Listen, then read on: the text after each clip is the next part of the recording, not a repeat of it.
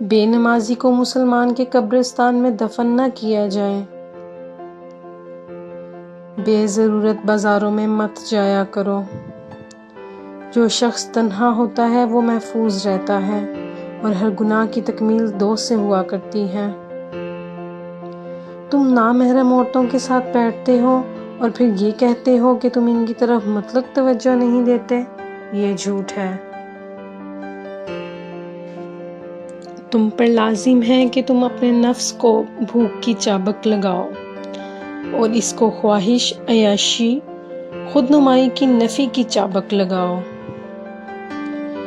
ولی وہ ہے جو اپنے حال میں فانی اور اللہ پاک کے مشاہدہ میں باقی ہو، نہ اسے نفس پر کوئی اختیار ہو اور نہ اللہ کے سوا کسی کے ساتھ قرار پائے۔ جب اللہ کسی جسم میں داخل ہوتا ہے تو پہلے اسے تباہ و برباد کرتا ہے اور دل میں خواہشات اور آرزو کے جو بڑے بڑے عمرہ بیٹھے ہوتے ہیں ان کے سر نیچے کر دیتا ہے۔ جب وہ اس بستی کو اچھی طرح اجاڑ لیتا ہے تو خود آپ آ کے بیٹھ جاتا ہے۔ پھر یہ بستی اثر نو آباد ہوتی ہے۔ پہلے اس تعمیر کو ویران کرتے ہیں، پھر اس تعمیر کو دوبارہ استوار کرتے ہیں۔ یہی کار تصوف ہے، یہی اللہ کا طریق ہے۔ جلدی نہ کر، جو کام میں عجلت کرتا ہے خطا کرتا ہے یا اس کے قریب ہو جاتا ہے، اور جو تاخیر سے سمجھ کے کام کرتا ہے صائب ہو جاتا ہے۔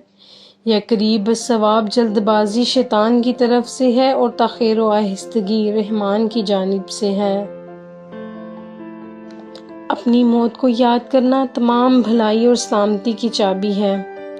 اگر تم موت کو یاد کرو گے تو تمہارا لالچ کمزور ہو جائے گا اور امیدیں کم ہو جائیں گی۔ پھر تمہیں احساس ہوگا کہ ہم سب اللہ کے ہیں۔ ہنسنے والے کے ساتھ ہنسنے کی بجائے رونے والے کے ساتھ رو لیا کرو۔ اگر دولت مند بننا چاہتے ہو تو اپنے دل سے دولت کی خواہش کو جلا ڈالو۔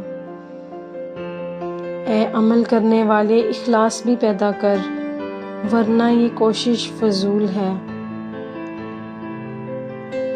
اپنی موت کو یاد کرنا تمام بھلائی اور سلامتی کی چابی ہے۔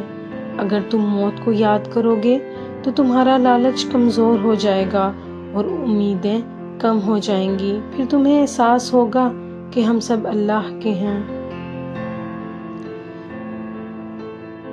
جو شخص تنہا ہوتا ہے وہ محفوظ رہتا ہے اور ہر گناہ کی تکمیل دوست سے ہوا کرتی ہے۔